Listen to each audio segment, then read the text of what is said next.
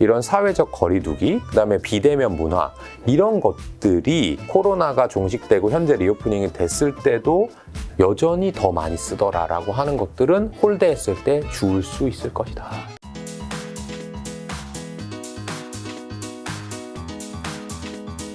대표님은 가치 투자하시잖아요. 네. 근데 대표님 그래서 제가 알고 있기로는 성장주보다는 네. 소비재 쪽 이런 쪽 투자 많이 하시는 걸 아는데 네. 그 이유 중 하나가 사실 성장주로도 큰 돈을 벌 수는 있지만 네. 이게 소비재 쪽이 내가 훨씬 더 측정이 가능하기 때문일 걸까요? 그렇죠. 하지만 성장하지 않는 소비재는 안 삽니다, 저희는. 그러니까 전통적으로 사람들이 얘기하는 초고속 성장 업종에는 안 할 뿐이고, 그건 측정을 못 하니까. 네, 그거는 분석하기 어려우니까. 근데 소비재 중에서 이익이 최소한 20% 정도씩은 꾸준히 성장하는 그런 분야에만 투자를 해요. 그런 분야는 좀 어떻게 찾고, 그럼 소비재 쪽에서 어떤 분야들은 앞으로 그런 싹이 좀 보일까요? 그게 이제 저희가 얘기하는 메가 트렌드라는 건데, 여러분들이 앞으로 돈을 더 많이 쓰고 시간을 더 많이 쓸 곳을 보면 되는데, 저희가 이제 주로 투자하는 게 의료기기 분야. 이거는 이제 노령화되면서 의료비의 지출이 많아지고, 또는 이 미에 대한 좀 젊게 살고 싶은 그런 기본적인 욕구 때문에 또 지출이 많아지는 그런 분야 저희가 좋아하고요. 그다음에 전통적인 미디어에서 뉴미디어 쪽으로 바뀌어서 사람들의 이제 눈과 시간이 더 많이 쓸 곳, 뭐 그 유튜브가 될 수도 있고요. 그런 쪽으로도 유튜브라든지 뭐 OTT라든지 이런 쪽으로도 저희는 관심을 상당히 많이 갖고 있고요. 그다음에 광고도 마찬가지인데, 광고도 전통적인 시장에서 조금 측정 가능하고 그리고 사람들이 많이 사용하는 미디어나 채널 쪽으로 광고가 옮겨가고 있거든요. 그런 회사들도 좋아하고요. 그다음에 컨텐츠를 제작하는 회사들. 다 보면 어떻게 정의할 수 있냐면, 꾸준히 사람들이 소비를 하는데 과거보다는 좀 더 많이 소비할 곳? 그러면서도 그 회사들이 수익성이 상당히 좋은 회사들. 뭔가 이렇게 공장을 막 지어가지고 힘들게 만들어내는 게 아니라, 말하자면 이 대동강물 버섯 파는 것처럼 아주 쉽게 장사하는 쪽? 그런 쪽을 저희는 많이 투자해요. 지금 OTT 얘기해 주셔서 그 대표님이랑도 친분이 있는 전 투자자 DP님. 네. 신사임당 채널의 새로운 주인. 네. 그분이 이제 넷플릭스에 대한 의견. 제가 뭐 물어볼지 아시죠? 네네네. 넷플릭스를 굉장히 좀 좋게 보시는데, 네네. 이제 어쨌든 그 이후에 주가는 굉장히 폭락을 했고, 네. 이제 좀 반등을 했잖아요. 네네. 했는데 이제 OTT 시장에 대해서 이제 양쪽 의견이 달리는 게, 뭐 저염투자자 DP님 같은 경우는 시장 점유율 1위다. 네네. 이건 계속 가져가면 결국에는 우위가 있다. 경쟁 네네. 우위가. 네. 그리고 또 다른 축에는 뭐 애플, 그 다음에 디즈니, 이게 경쟁자들이 너무 세다. 네네. 그래서 별로 좋지 않다. 네. 대표님은 어느 쪽 시각이세요? 아무래도 뭐 글로벌 주식이니까 좀 편하게 여쭤볼 수 있을 것 같아요. 저희는 글로벌 주식도 합니다. 근데 얘기할 수는 있어요. 그 회사를 투자하지 않고 있기 때문에. 근데 저희는 여기에서 저희 투자관이 나오는 것 같은데, DP님은 제가 알기로는 공부를 되게 많이 하는 투자자예요. 그래서 대표님 보셨을 때도? 네, 넷플릭스를 투자했다라고 하는 얘기는 정말 많은 것을 검토한 다음에 될 수밖에 없을 때 아마 투자하셨다고, 또는 투자를 검토한다고 말씀하신 것 같고요. 저희는 잘 모르겠어요. 저는 넷플릭스 구독하고 있긴 하지만 평생 넷플릭스를 구독할지 아닐지, 다른 걸 여러 개 구독할지, 아니면 미국 사람들은 넷플릭스보다 애플 TV를 좋아할지 모르겠다는 거죠. 근데 그렇게 변하는 건 사실이야. 지상파나 케이블보다는 OTT를 많이 보는 건 사실이죠. 그래서 OTT로 많이 간다, 오케이.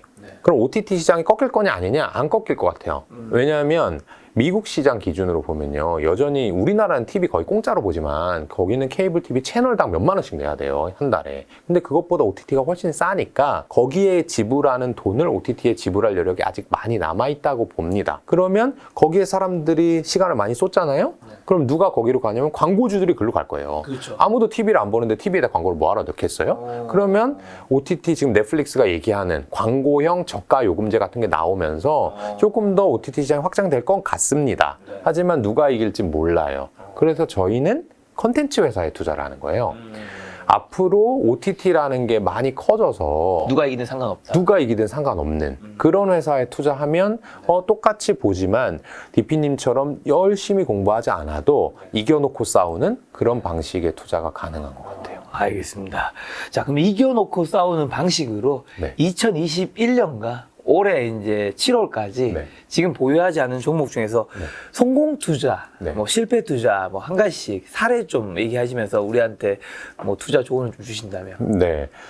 작년하고 올해까지 판 주식이 몇 개 없어가지고 성공해서 판 주식이 몇 개 없어서 제가 팔았다면 말씀을 드리고 싶은데 어쩔 수 없이 또 리바이벌 하는 수밖에 없어요. 김작가 TV에서 아직 얘기 안 했는데 작년에 판 주식이 SM 엔터테인먼트를 이제 상당한 수익을 내고 팔았고요.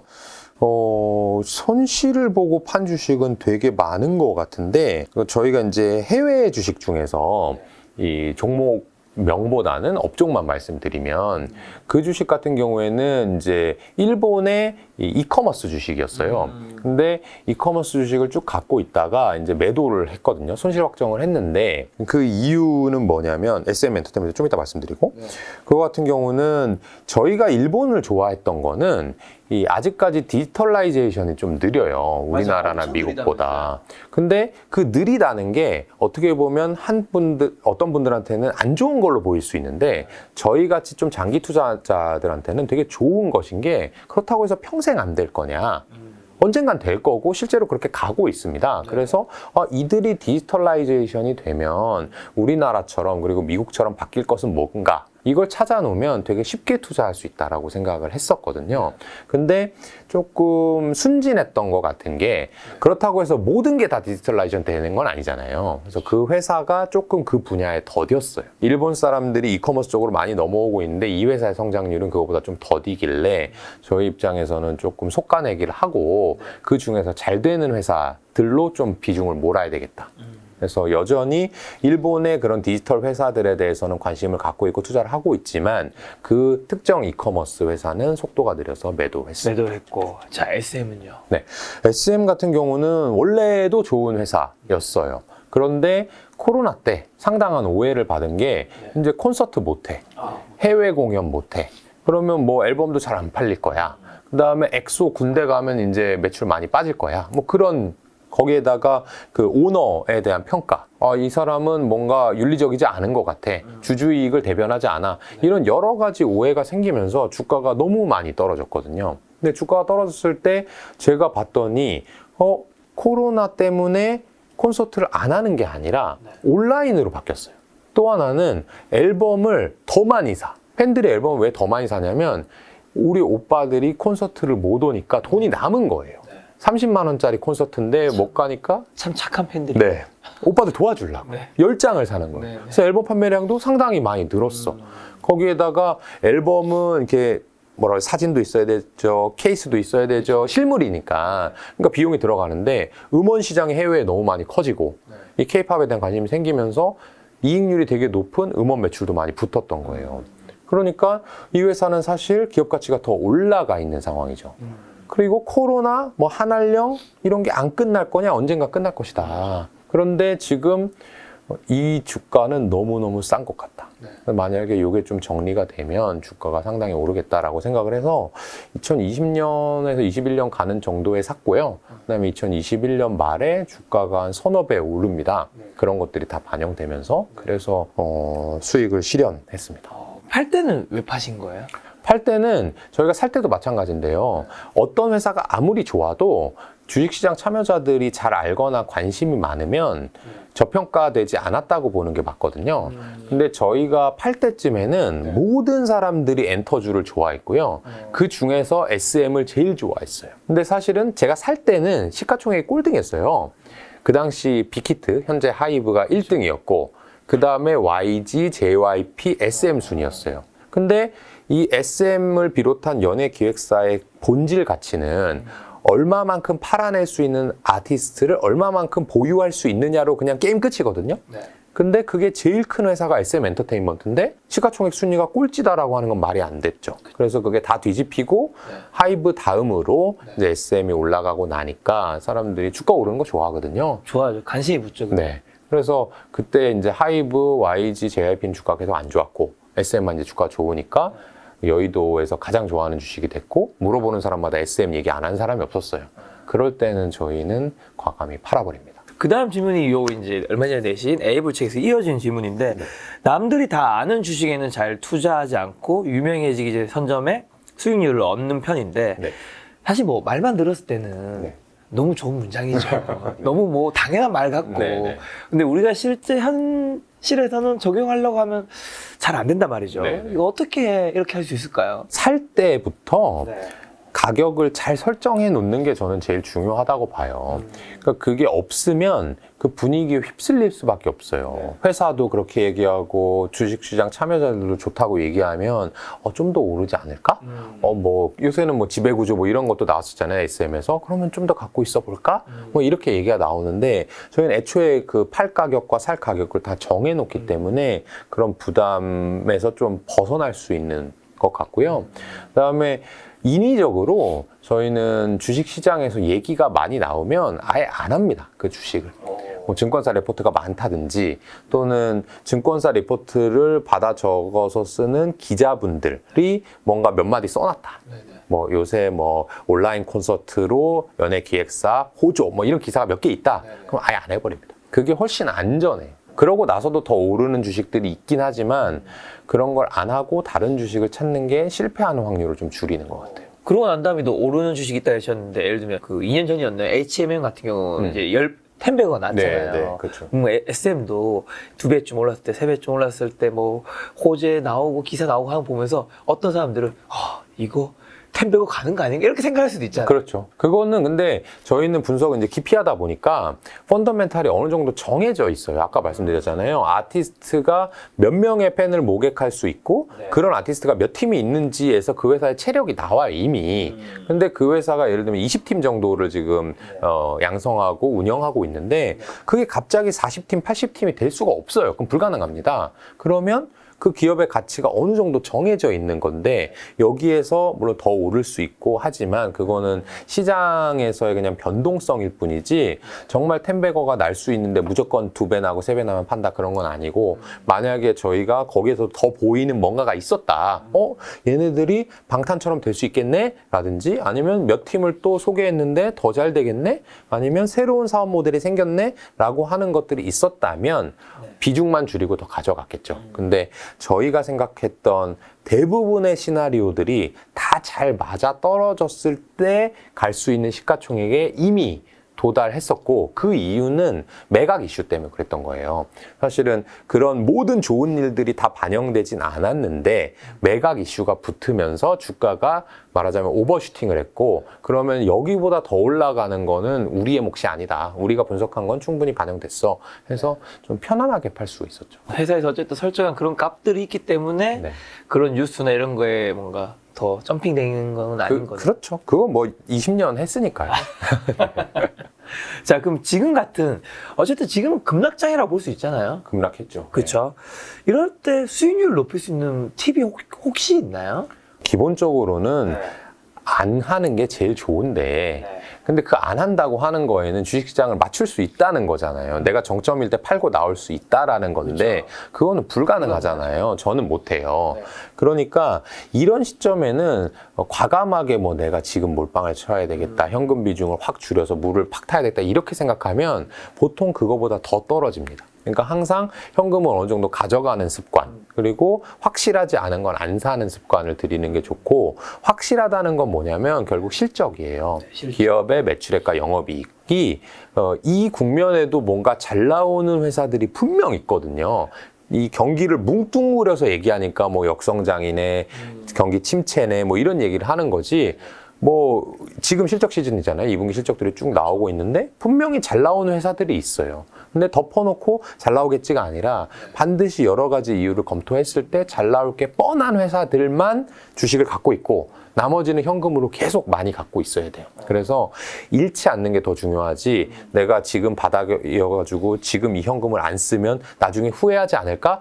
그거는 별로 중요한 게 아니에요. 주식 투자는 여러분들 평생 해 나가야 되는 거기 때문에 덜 버는 건 괜찮아요. 근데 과감하게 들어갔다가 크게 손실 보는 거는 다시 재기할 수 없거든요. 그래서 말하자면 SM 같은 경우 작년을 얘기를 하자면 저희는 그런 걸 봤어요. 이 회사가 앨범을 몇 장 파는지를 이미 알고 있어요. 어떻게 알고 있냐? 앨범 판매하는 걸 집계하는 그 팬들의 사이트가 있어요. 그 팬들은 우리 오빠들이 앨범 판매 1위에 올라가야 되기 때문에 지금 몇 장 팔리고 있는지, 그거보다 더 사줘야 되는지 말아야 되는지, 그걸 조사를 한다는 거예요. 일간 단위로 조사를 해요. 근데 그냥 투자자들은 예를 들면 2분기라고 하면 4, 5, 6월에 대한 실적이잖아요. 이게 8, 9월에 나와요. 그렇죠. 근데 팬들은 이미 4월 1일부터 6월 30일까지 다 알고 있단 말이죠. 그럼 그걸 기준으로 하면 앨범이 얼마 팔렸네? 그러면 그만큼 팔렸으니까 스트리밍은 얼마 되겠네? 거기까지 나와 있습니다. 그러면 우리는 이 회사의 매출액이 얼마인지 이미 알고 있는 거예요. 알고 있는데 쓱 보니까 일반 사람들은 이 회사 안 좋은 것 같네? 라고 판단하고 있었던 거죠. 코로나 때문에. 그거는 이겨놓고 싸우는 방식이고, 이런 주식들만 해야 됩니다. 약세장에는. 웬만하면. 그럼 지금 같은 실적 시즌에 우리가 매출액, 영업이익 말고 또 확인해야 되는 게 있을까요? 매출액과 영업이익만 보면 뭐 올라가고 있는 것도 보면 꼭 주가가 또 그렇게 다 올라가는 것도 아니기도 하니까. 그러니까 매출액과 영업이익을 보는데 그걸 예측을 해야 되는데, 그것과 시장이 그걸 어떻게 예측하는지 두 개를 다 봐야 되죠. 주식시장에서 애널리스트들이 또는 펀드 매니저들이 예측을 이미 많이 해놓고 있으면 실적이 본인은 잘 나왔다고 생각하는데 주가 떨어지는 경우가 시장 있어요. 컨센서스보다 상회해야 되는군요. 그렇죠. 압도적으로 상회해요. 그게 뭐 5%, 10% 이렇게 되는 게 아니고 뭐 100억을 예상했는데 150억, 200억이 나온다든지 이런 정도로 나올 회사들이 분명히 있어야 그러려면 어떻게 해야 되겠나요? 분석하는 과정 중에 애널리스트나 펀드 매니저가 관심이 없어야 되겠죠. 네, 그렇죠. 저같이 열심히 분석하는 사람이 많으면 이미 실적 컨센서스가 다 반영을 하고 있을 거고. 비슷할 거죠. 근데 홀대돼 있어. 누가 요새 그런 거 하냐? 막 이런 거 있잖아요. 그런 업종 같은 경우에는 실적이 잘 나오는지 안 나오는지 모르는데 갑자기 빵 잘 나오면 주가가 오를 수밖에 없는 거죠. 그러면 지금 이제 홀대 받고 있는 네. 지금 굉장히 싸 보이는 주식은 네. 전 섹터에서 어디 쪽에 있나요? 지금 그러니까 유명하지 않은 거, 관심 없는 거, 작년에 잘 안 된 거, 뭐 이런 걸 찾아보면 되는데, 제가 오늘 그 얘기를 했어요. 투자는 속어법이라고. 지우면서 해를 찾아가는 과정이에요. 수학에서 나오는 말이잖아요. 그래서 예를 들어서 작년에 잘 된 거, 아까 말씀하셨죠. 뭐 가구, 가전, 명품 이런 거 잘 안 될 거예요. 왜냐면 잘 된 거는 분석을 이미 많이 하고 있거든요. 관심이 많고 주식을 이미 들고 있는 사람 많아서. 또 잘 된 거 뭐 있죠? 집콕. 뭐 인터넷 모바일 플랫폼 그렇죠. 이런 것들 또 사람들이 이미 많이 갖고 있어요. 많이 갖고 있다는 거는 팔 사람이 많다는 얘기예요. 주식으로서는 보면 그런 것도 빼고, 그러면 뭐 해운 이런 거 잘 안 될 거예요. 근데 그렇지 않고 반대로 잘 안 됐던 건 뭘까? 최근에 실적 발표한 것 중에 현대차, 기아차 실적 나오니까 어떻게 됐죠? 주가가? 되게 잘 나왔잖아요. 잘 나왔죠. 주가 많이 오르고. 환율 효과도 크지 않았나요? 그렇죠. 환율 효과도 크겠죠. 근데 주가 오르잖아요. 그러니까 관심이 없었던 거예요. 자동차 주식에 대해서. 왜? 자동차 주식은 안 될 거야. 왜? 전기차만 될 거니까. 테슬라만 주식이니까. 근데 테슬라보다 현대차, 기아차가 조금만 잘해도. 테슬라는 관심이 많으니까 정말 잘해야만 올라가는 거고, 현대차, 기아차 쩌리인 줄 알았는데 갑자기 빵! 근데 이거는 사실은 물론 제가 현대차를 투자하고 있지는 않은데 옛날을 생각해보면 너무 당연한 귀결이었어요. 생각해보세요. 자동차 지금 구매하려고 그러면 되게 오래 걸린다 그러죠. 그렇죠. 그거는 수요가 어느 정도 많다는 얘기죠. 공급량보다. 그렇죠. 수요가 많으면 어떻게 되죠? 가격이? 제품 가격이 오르죠. 그래서 자동차 가격이 되게 많이 올랐어요. 그렇죠? 근데 현대차, 기아차 최근에 환율 되게 좋죠. 환율이 이제 많이 올랐잖아요. 원화 가치가 낮으니까. 근데 현대차는 많은 부분을 수출하잖아요. 이명박 정부 때 현대차, 기아차가 상당히 잘 되고, 그때 차화정이라는 말이 나올 정도였으니까 그거랑 상황이 지금 되게 비슷해요. 그때도 경기 안 좋다고 그랬는데 현대차는 완전 고속질주했거든요. 근데 작년에 자동차 주식 사야 된다 이렇게 얘기하는 사람 없었어요. 그런 주식들이 아직도 많을 겁니다. 그러니까 주가 차트가 일단 안 좋아야 돼요. 근데 이렇게 안 좋은 거 있죠. 2020년, 21년에 이렇게 했다, 이렇게 된 것들. 그거는 작년에 관심이 있었던 거고, 그러니까 많이 빠진 거고, 그게 아니라 그 전부터 이렇게 지지부진한 거잖아요. 2019년이나 2020년이나 2021년이 크게 차이가 없는 그런 주식들. 작년에 관심을 못 받았던 주식들 너무너무 많아서 뭐라고 얘기할 수도 없어요. 예를 들면 건설업종. 좋았겠어요? 안 좋았죠. 안 좋았죠. 왜냐하면 이제 뭐 분양해가지고 잘 안 되니까. 근데 앞으로 지금보다만 잘 되면 기대감이 없으니까 잘 될 수도 있는 거죠. 그렇죠. 기대감이 없었으니까. 그렇죠. 그런 회사들은 너무 많을 거예요. 얘기하면 다 그런 주식일걸요. 은행, 보험 작년에 엄청 좋았죠. 왜? 금리 오르니까 그 회사들이 예대 마진 확 벌어지면서 돈 많이 벌었잖아요. 그래서 은행 주식으로 돈 번 사람 많잖아요. 돈 번 사람 많다는 건 뭐? 차익 실현 욕구가 많다 지금 은행 보험에. 그런 주식이 올해도 잘 된다? 그런 건 아닌 거예요. 그러면 이게 뭐 2019년, 20년, 21년에 이랬어요. 네. 그럼 이제 지금 간신히 붙으면 이렇게 되겠지만 네네. 많은 분들이 2022년에도 네. 이럴 수 있지 않나 이 그럴 수 고민하실 있죠. 것 그럴 같아요. 수 있죠. 그러니까 이렇게 계속 가는 것과 이렇게 붙는 거의 차이는 뭘까요? 그러니까 아까 현대차에서 말씀드린 수요가 탄탄해야 돼요. 수요. 네. 그게 어느 정도 제품이 꾸준히 팔리거나 사람들이 되게 좋아하는데 실적과 주가가 안 오른 것과 네. 사람들이 이제 점점 이걸 안 쓸 것 같아. 계속해서 수요가 줄고 있어. 이런 것들이랑은 완전한 차이를 두는 거죠. 네. 그래. 그렇다면 좀 더 단기적으로 네. 올해 하반기만 봤을 때 네. 어떤 섹터가 좋고 어떤 섹터가 안 좋을까요? 내년은 올해 연말에 초대하면 되니까요.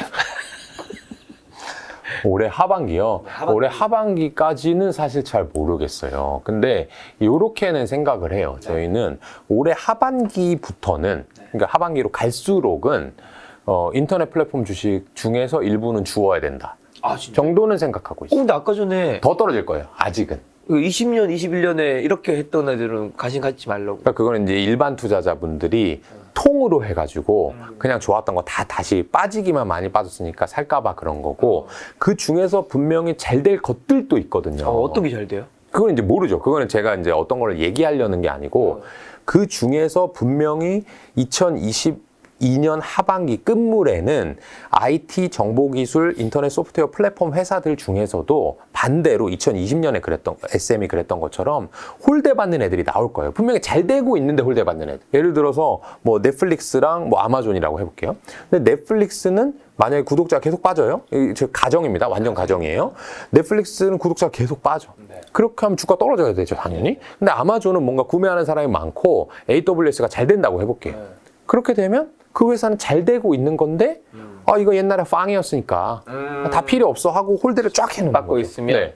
그러면 알고 보니까 얘네는 회사는 좋아지고 있고 잘 되고 주가는 있네? 이렇게 내려가고 있어. 그러면 제2의 SM이 될 수 있겠구나. 그렇게 생각을 하고 있는 거고요. 거기에서 이제 하나의 팁을 드리자면은 집콕이라든지 이런 사회적 거리두기, 그다음에 비대면 문화 이런 것들이 끝나고 나서도 코로나가 종식되고 현재 리오프닝이 됐을 때도 지속되는 게 있을 거고요. 코로나가 끝나고 없어질 게 있을 거예요. 그쵸. 근데 그거는 제가 아는 게 아니라 여러분들이 이미 느끼고 있는 것들이 분명히 있을 겁니다. 이거는 아예 세상을 바꿨다. 이게 코로나가 촉발제를 했을 뿐이지 이렇게 앞으로 갈 거다 하는 것과 코로나 때문에 한 거지 코로나 없으면 나 이제 안 해. 한 개씩만 힌트만 주세요. 이것도 예시입니다. 예시인데, 배달 음식을 해보죠. 배달 음식. 배달 음식이 코로나 때 상당히 많이 팔렸단 말이에요. 맞죠. 근데 지금 코로나 끝나면서 좀 줄어들었어요. 바깥에서 먹죠. 네, 바깥에서 먹으니까. 그러니까 주가도 떨어졌을 거예요. 배달 음식 하는 회사들이. 그럼 여기에서 앞으로 하반기에 홀대를 받을 텐데 이게 홀대 받은 상황에서 어떤 사람은 배달 한번 먹어보니까 코로나가 끝났지만 2019년, 18년에 대비해서 그때 만약에 일주일에 한 번 배달시켜 먹은 사람이 2023년에 일주일에 2번 배달을 시켜 먹더라 라고 하면 배달 음식 회사는 가치가 2배 이상 늘어났겠죠. 근데 그게 아니라 2018년, 19년 만큼밖에 안 시켜 먹더라. 그럼 성장을 못 하는 거거나 아니면 이제 너무 물려가지고 배달 음식 도저히 싫다.